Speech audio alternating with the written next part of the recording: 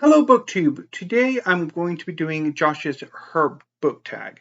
This tag was created by Josh of Literary Gladiators, and this is the latest in his series of foodie book tags.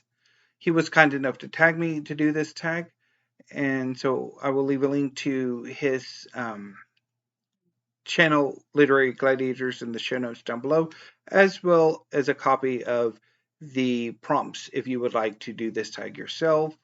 Um, these tags are amazing. I highly recommend you do them. Um, Even the earlier ones are really interesting and provide a fun challenge. So let's get going. Prompt number 1, Basil, a work with universal significance. For this, I'm going to go with the Iliad by Homer. The Iliad is one of the foundational texts in the Western canon. It is the story of the last months of the siege of Troy that took 10 years to do. And it is amazing. It is about the rage of Achilles. Prompt number 2, Dill. A character that serves as reasons to strong, intense characters. For this prompt, I'm going to go with Sakura Haruno from Naruto by Masashi Kishimoto. Sakura is a young ninja who was partnered once she graduated the Ninja Academy with Naruto Uzumaki, the main character, and Sasuke Uchiha, the main antagonist. Both Naruto and Sasuke are loud, aggressive, passionate in their own ways. They are polar opposites. They are rivals and eventually best friends, and then rivals again. And Sakura has the thankless task of trying to balance the two. Although it's not easy because Naruto has a crush on her and she has a crush on Sasuke.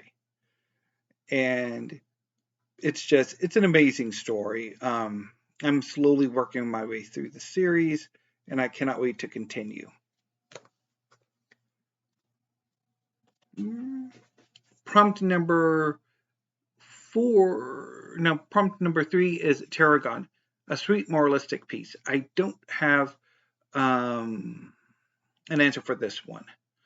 Prompt number 4, Balm, an older but vibrant and energetic writer or character. For this prompt, I'm going to go with Master Makarov from Fairy Tale by Hiro Mishima. So Master Makarov, who is this character here, he is the guild master for the Fairy Tale Guild. He is an older man. He's in his later 80s.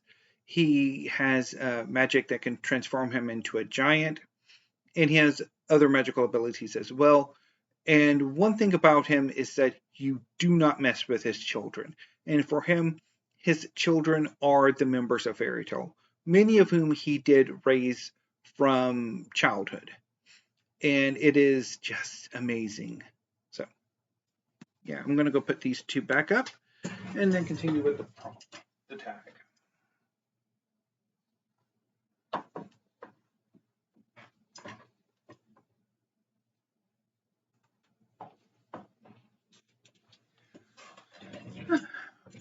Although I don't know exactly how long my manga will be here because there's too much empty space. So I might move the manga back to where they were.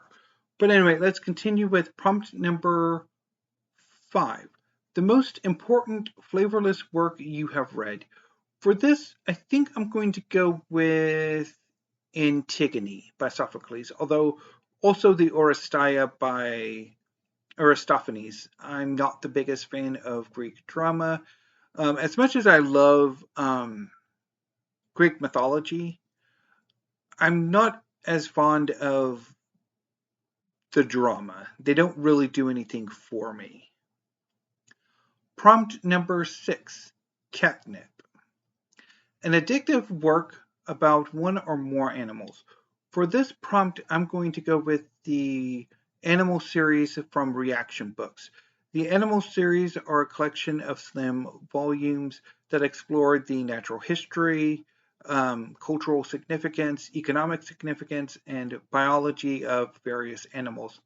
The best of the series are highly addictive, although the worst of them can also be rage-inducing, and I will leave it at that.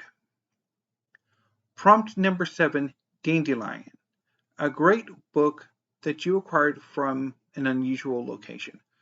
I don't have an answer for this one. Most of all the books I have, I picked up from bookstores or library book sales, so I don't really have an interesting story to tell about a specific book.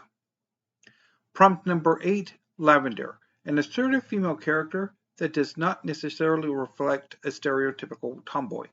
So for this prompt, I'm going to go with Young Queens by Leah Redmond Chang. So this is a group biography and history of 3 queens.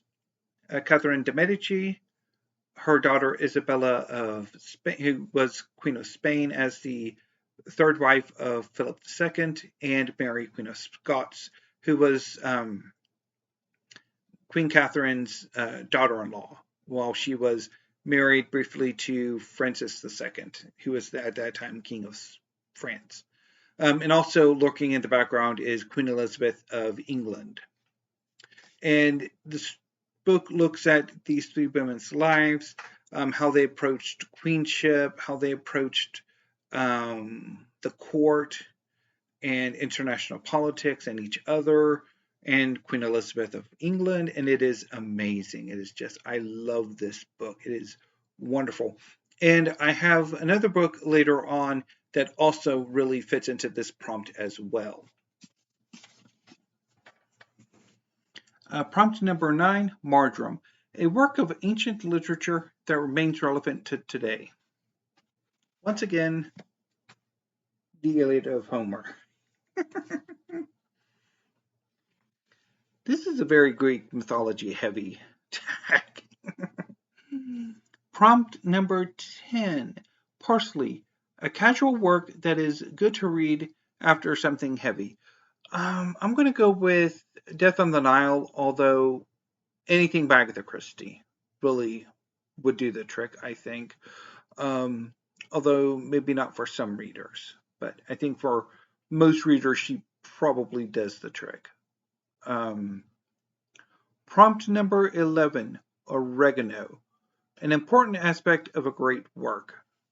For this prompt, I'm going to go with Greek mythology, and I'll holding up the Greek myths by Robert Graves, but any work of Greek mythology that collects the Greek myths works. Here. Prompt number 12, Rosemary, a work that shows infidelity to a cause, good or bad. So for this prompt, I'm going with Bismarck's War by Rachel Crastill. So this is the history of the Franco-Prussian War, and in a way, Bismarck's career as Chancellor of Prussia and then Germany, or Minister President of Prussia and then Chancellor of Germany, and his unification of Germany was in many ways a betrayal of the promise of 1848 and that sort of romantic early nationalism. But this is a fabulous book. I highly recommend it. It is wonderful. Prompt number 13, Sage, a writer who is better with words than storytelling. For this prompt, I'm going with Alice Munro. I picked up this book, The Moons of Jupiter, for the birthday book tag, or birth year book. It was some kind of creation of criminology in which participants read works that were published in their birth year. And so I decided to pick up some, and they all ended terribly. I didn't like any of them. But the thing with Alice Munro is that I think she's a good prose stylist. It's just she can't tell a story. Prompt number 14, time. A brave work. I don't have a good answer for this prompt either. Prompt number 15, peppermint. A work that was challenging but rewarding to read. So this is the book that could also have fit into Lavender, and that is Maria Theresa by Barbara Stolberg-Rillinger, translated by Thomas Savage.